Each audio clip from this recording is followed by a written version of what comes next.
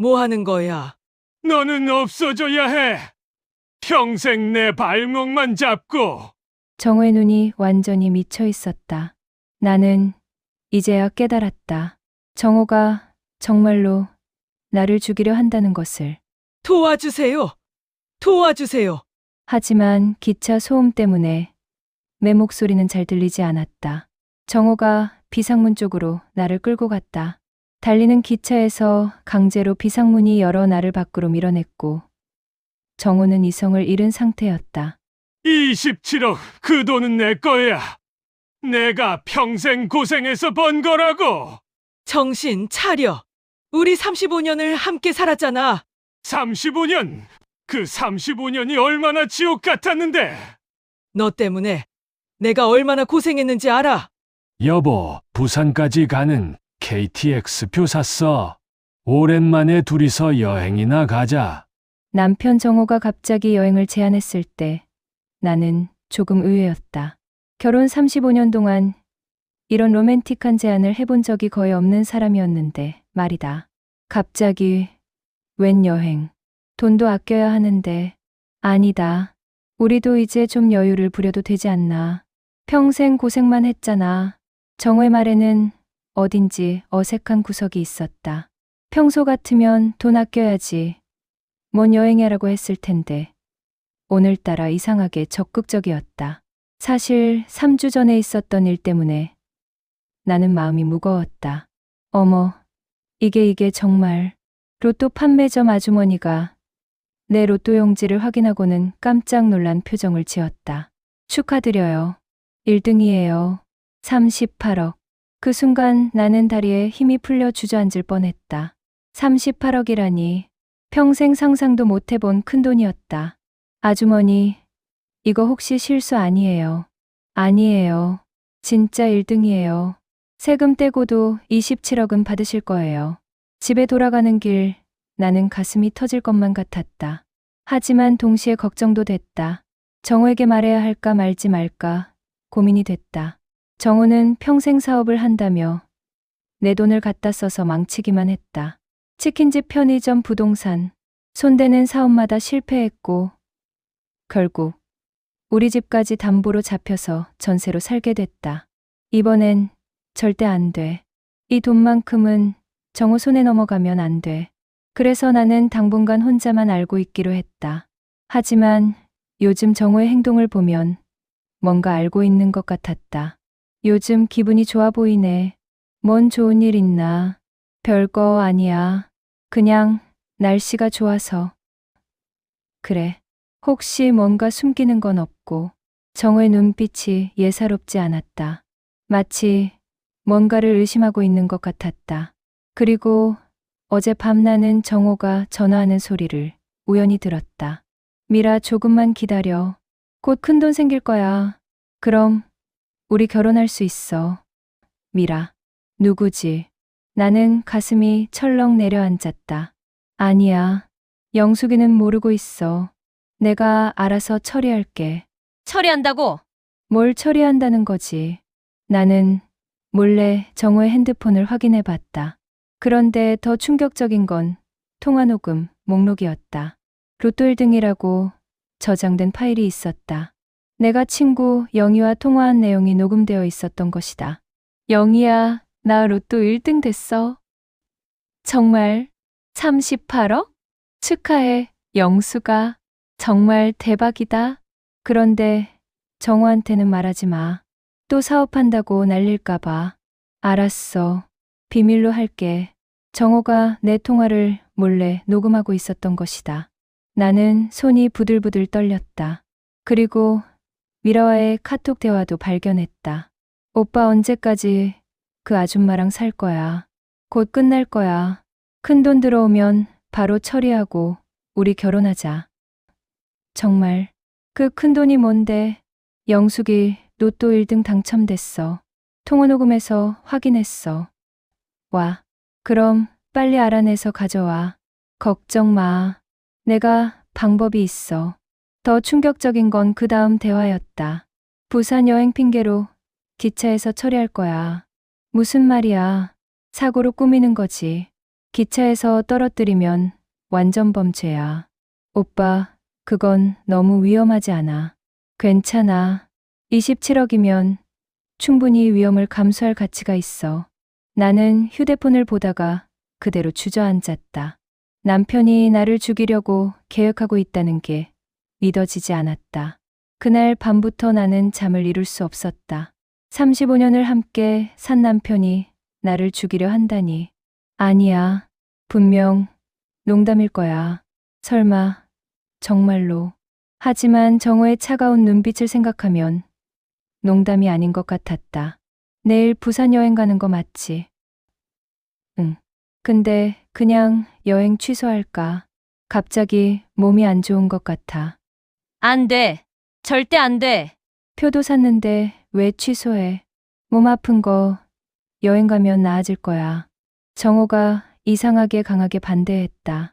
평소 같으면 그래 몸 아프면 쉬자고 했을 텐데. 오늘은 달랐다. 나는 확신했다. 정호가 정말로 무서운 계획을 세우고 있는 것이다. 창가 자리로 앉자. 정호가 나를 창가 자리에 앉혔다. 평소 같으면 내가 통로 쪽을 선호한다는 걸 알 텐데. 오늘은 강제로 창가에 앉혔다. 기차가 출발하고 1시간쯤 지났을 때 정호가 갑자기 일어났다. 화장실 좀 같이 가자. 나는 안 급한데. 그냥 같이 가. 혼자 가기 싫어. 정호의 목소리에 강압적인 느낌이 있었다. 나는 가슴이 쿵쾅거렸지만 거부할 수 없었다. 화장실 쪽으로 가면서 나는 주변을 둘러봤다. 다행히 승객들이 꽤 많았다. 특히 우리 뒤쪽에 앉은 젊은 남자가 눈에 띄었다. 깔끔하게 생긴 20대 후반 정도의 남성이었다. 화장실 앞에 도착했을 때 정호의 표정이 갑자기 차가워졌다. 로또 당첨됐지. 나는 깜짝 놀랐다. 뭔 소리야. 그만 숨겨. 다 알고 있어. 38억 당첨됐지. 무슨 소리를 하는 거야. 남편한테 숨기고 뭐 하려고 그랬어. 정호가 갑자기 내 팔을 세게 잡았다. 아팠지만 소리를 지를 수 없었다. 아파. 놔줘. 돈 어디 숨겨놨어. 통장 비밀번호가 뭐야. 모르겠어. 정말 모르겠어. 사실 나는 로또 당첨금을 아직 찾지 않은 상태였다. 정호에게 들킬까봐 미루고 있었던 것이다. 거짓말하지 마. 내 통화녹음 다 들었어. 영희랑 얘기한 거. 그때였다. 정호가 갑자기 나를 기차 문 쪽으로 끌고 갔다. 뭐 하는 거야? 너는 없어져야 해. 평생 내 발목만 잡고. 정호의 눈이 완전히 미쳐 있었다. 나는 이제야 깨달았다. 정호가 정말로 나를 죽이려 한다는 것을. 도와주세요. 도와주세요. 하지만 기차 소음 때문에 내 목소리는 잘 들리지 않았다. 정호가 비상문 쪽으로 나를 끌고 갔다. 물론 달리는 기차에서 비상문이 열리지는 않지만 정호는 이성을 잃은 상태였다. 27억. 그 돈은 내 거야.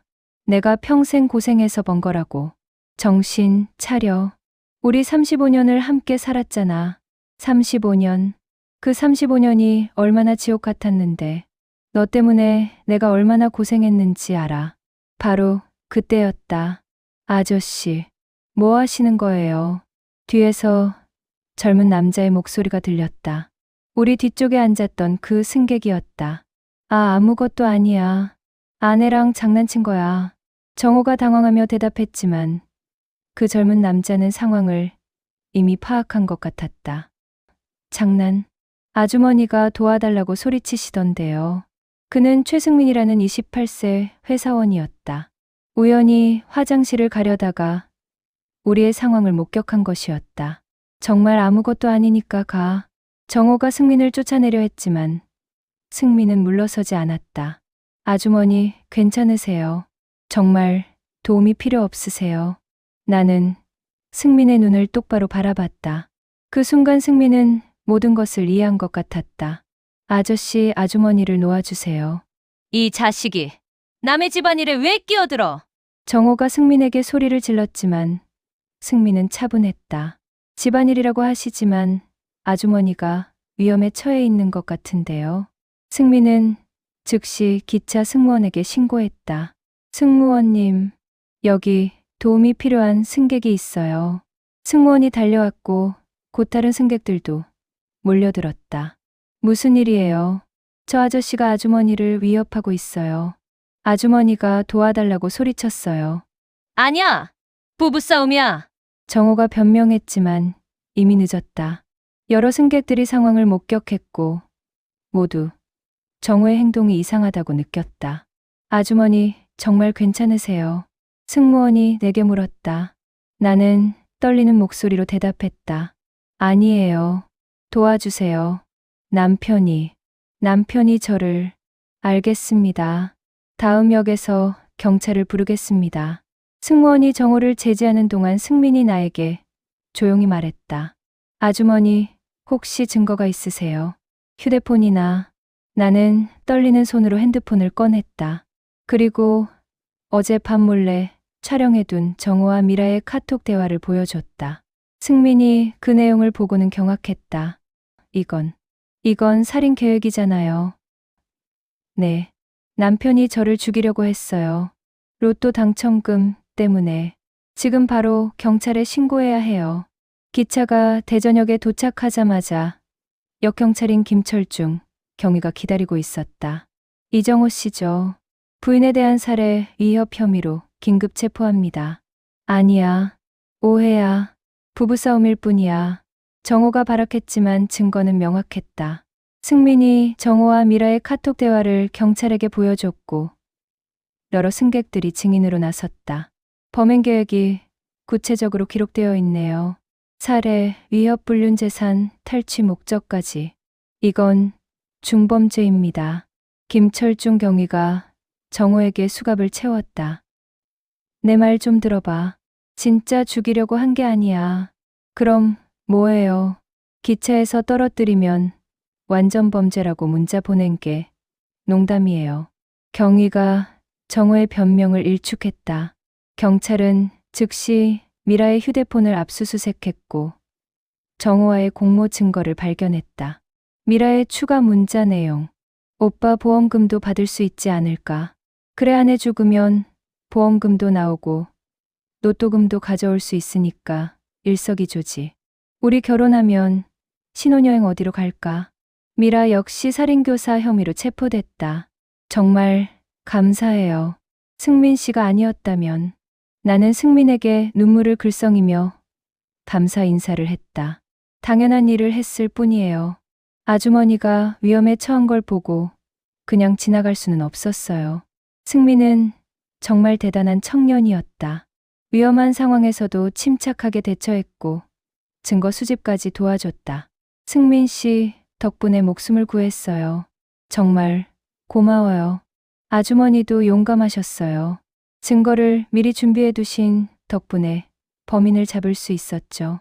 3개월 후 법정에서 정호는 살인미수, 재산 탈취 시도 불륜 등의 혐의로 15년형을 선고받았다. 미라는 살인교사 혐의로 7년형을 받았다. 피고인 이정호는 35년간 함께 살아온 아내를 재산 때문에 살해하려 한 극악무도한 범죄를 저질렀습니다. 판사의 선고가 끝나자 방청석에서 박수가 터져 나왔다. 나는 27억 원의 로또금을 받은 후 그 돈을 현명하게 사용했다. 10억 원은 불우한 이웃 돕기 기부, 10억 원은 나의 안전한 노후 준비, 5억 원은 승민에게 감사의 의미로 전달, 2억 원은 여성 폭력 피해자 지원센터 기부. 아주머니, 이렇게 큰 돈을 받을 수는 없어요. 승민이 거절했지만 나는 강하게 설득했다. 승민 씨가 아니었다면 이 돈도 없었을 거예요. 당연히 받으셔야 해요. 이혼 후 나는 완전히 새로운 인생을 시작했다. 작은 아파트를 사서 혼자 살기 시작했고 평생 해보고 싶었던 여행을 다니기 시작했다. 정호가 없는 삶이 이렇게 평화로울 줄 몰랐다. 영숙 언니 정말 젊어 보여요. 친구들이 모두 놀랄 정도로 나는 밝아졌다. 승민과는 지금도 종종 연락을 주고받는다. 그는 내게 받은 돈으로 작은 카페를 열었는데 이름이 정의의 카페다. 아주머니, 오늘도 오셨네요. 일주일에 한 번씩 승민의 카페에 가서 커피를 마시며 담소를 나눈다. 승민 씨 덕분에 인생이 완전히 바뀌었어요. 아주머니가 용기를 내셨기 때문이에요. 저는 도구 역할만 했을 뿐이에요. 나는 여성 폭력 피해자들을 위한 상담, 봉사활동을 시작했다. 저도 35년간 당했어요. 혼자가 아니에요. 내 경험을 바탕으로 다른 피해자들에게 용기를 주고 있다. 영숙인의 안전한 집이라는 쉼터도 만들어서 위험에 처한 여성들이 임시로 머물 수 있는 공간을 제공하고 있다. 교도소에 있는 정호는 완전히 망가졌다고 한다. 면회 오는 사람도 없고 편지도 안 와요. 교도관이 전해준 소식에 따르면 정호는 하루 종일 후회만 하고 있다고 한다. 영숙이를 잘못 봤다며 매일 울고 있다고. 하지만 이미 늦었다. 35년간의 신뢰를 배신하고 나를 죽이려 했던 것은 용서할 수 없다. 미라는 감옥에서 나온 후 완전히 몰락했다. 정호와의 불륜이 알려지면서 직장에서 해고당했고 가족들에게도 버림받았다. 돈 때문에 사람을 죽이려 했다는 소문이 퍼지면서 아무도 그녀를 고용하려 하지 않는다. 반면 승민은 카페 사업이 대성공했다. 정희의 카페는 지역 명소가 됐고 승민의 영웅담이 알려지면서 많은 손님들이 찾아온다. 우리의 사건은 큰 사회적 반향을 일으켰다. KBS 뉴스 부부간 신뢰가 무너진 현실, 로또금, 노린살인미수 사건, MBC 뉴스 기차에서 벌어진 기적 같은 구조 시민의식의 승리, SBS 뉴스 가정폭력의 끝은 어디까지, 충격적인 부부 사건. 많은 사람들이 우리 사건을 통해 가정폭력의 심각성을 깨달았다. 우리 사건은 가정폭력 예방법 개정에도 영향을 미쳤다. 부부간 재산분할 시 폭력 이력 반영, 가정폭력 신고 시 즉시 분리 조치, 피해자 보호 프로그램 확대, 영수법이라고 불리는 이 법 덕분에 많은 여성들이 보호받을 수 있게 됐다. 교도소에서 정호는 하루하루가 지옥이었다. 면회 왔다. 교도관이 부르지만 정호에게 면회 오는 사람은 아무도 없었다. 미라는 이미 다른 남자와 살고 있었고 친구들은 모두 등을 돌렸다.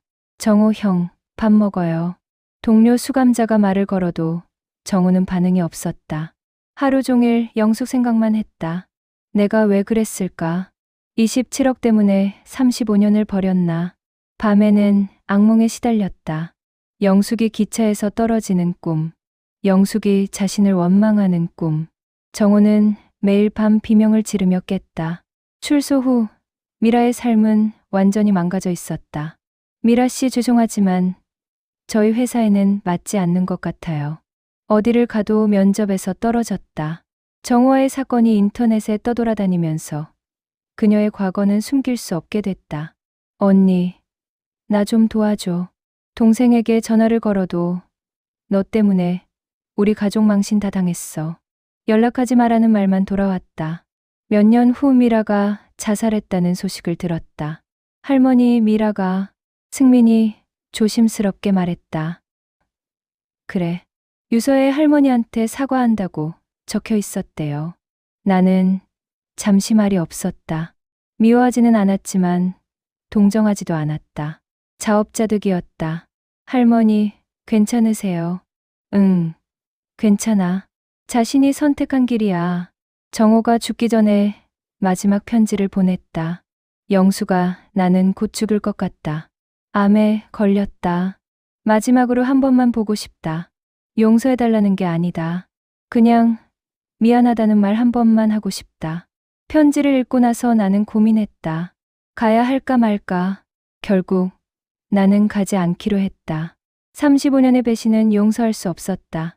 정호는 결국 혼자 죽었다.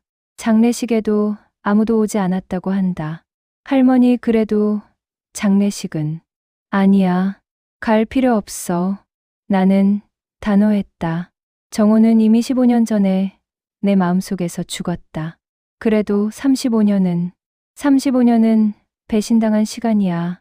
기억하고 싶지 않아. 승민도 더 이상 말하지 않았다. 승민은 이제 지역의 명사가 됐다. 승민 사장님 오늘도 기사 나왔네요. 정의의 카페 시민영웅이 운영하는 특별한 공간. 신문 기사가 계속 나왔고 TV 인터뷰 요청도 많았다. 승민아, 유명해지니까 어때? 좋긴 한데 가끔 부담스러워요. 그럴 필요 없어. 당당하게 살아. 승민은 번 돈의 절반을 사회에 기부했다. 할머니를 보고 배웠어요. 나눔의 가치를. 할머니, 제가 결혼해도 될까요? 승민이 수줍게 물었다. 당연하지. 누구야? 좋은 사람이야. 내 간호사예요. 할머니 같은 분이 되고 싶다고 해요. 그럼 내가 며느리 면접 좀 봐야겠네. 승민의 예비 신부를 만나보니 정말 좋은 사람이었다. 어머니처럼 불러도 될까요? 그럼 우리 승민이가 좋은 신부감을 찾았네. 나는 진짜 가족을 얻은 기분이었다. 할머니, 승민의 쌍둥이 아들들이 내게 달려왔다. 우리 할머니가 영웅이라며. 누가 그런 소리 했어? 아빠가요. 할머니가 나쁜 사람 잡았다고. 아이들 웃음소리를 들으며 나는 정말 행복했다. 할머니, 오늘 저녁도 같이 드셔요. 승민의 아내가 따뜻하게 말했다. 고마워. 우리 며느리야. 진짜 가족보다 더 소중한 사람들이었다. 정의의 카페는 이제 전국에 50개 매장을 둔 체인이 됐다. 할머니, 모든 매장에 할머니 사진을 걸고 싶어요. 아이고, 뭘 그런 걸. 할머니가 용기의 상징이니까요. 각 매장마다 여성 상담실을 운영해서 도움이 필요한 사람들이 언제든 찾아올 수 있게 했다. 할머니 덕분에 몇 명이나 도움받았는지 아세요? 그런 게 중요해. 한 명이라도 도움받으면 되는 거지. 사건 발생 10년 후 한 다큐멘터리 팀이 나를 찾아왔다. 할머니 10년 전 그 일을 후회하지 않으세요? 후회. 왜? 남편을 감옥에 보낸 것 말이에요. 후회는 내가 35년간 참은 거지. 신고한 건 당연한 거야. 지금 행복하세요. 당연하지. 이렇게 자유롭고 평화로운 적이 없어. 카메라 앞에서 나는 당당하게 대답했다. 지금 나는 85세가 됐다.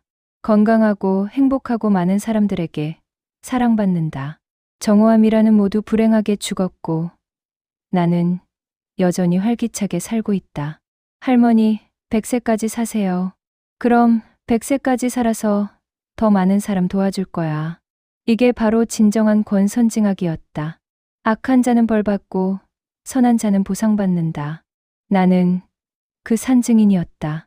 영숙법 덕분에 가정폭력 신고가 3배나 늘었다.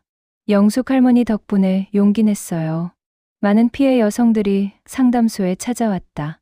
이제 신고하면 바로 분리되나요? 내 법이 바뀌어서 가해자는 즉시 격리돼요. 정말 다행이에요. 내 사건이 법까지 바꾼 걸 보면서 나는 뿌듯함을 느꼈다. 내가 당한 고생이 헛되지 않았구나. 시속 200km로 달리는 기차에서 벌어진 기적 같은 이야기. 악한 자는 벌받고 선한 자는 상받는 진정한 권선징악의 완성. 정호는 교도소에서 15년 복역 후 암으로 고독사했고 미라는 사회적 매장 후 우울증으로 혼자 생을 마감했다. 반면 나는 27억 로또금으로 새로운 인생을 시작했고 승민은 영웅으로 인정받아 성공적인 사업가가 됐다. 영숙법 제정으로 가정폭력 피해자 보호가 강화됐고 정의의 카페가 전국으로 확산되면서 시민의식이 개선됐다. 여성 상담소가 확대되어 더 많은 피해자가 구제받았고 용기 있는 신고, 문화가 정착됐다. 악한 자들의 최후는 비참했고 선한 자들의 보상은 풍성했다.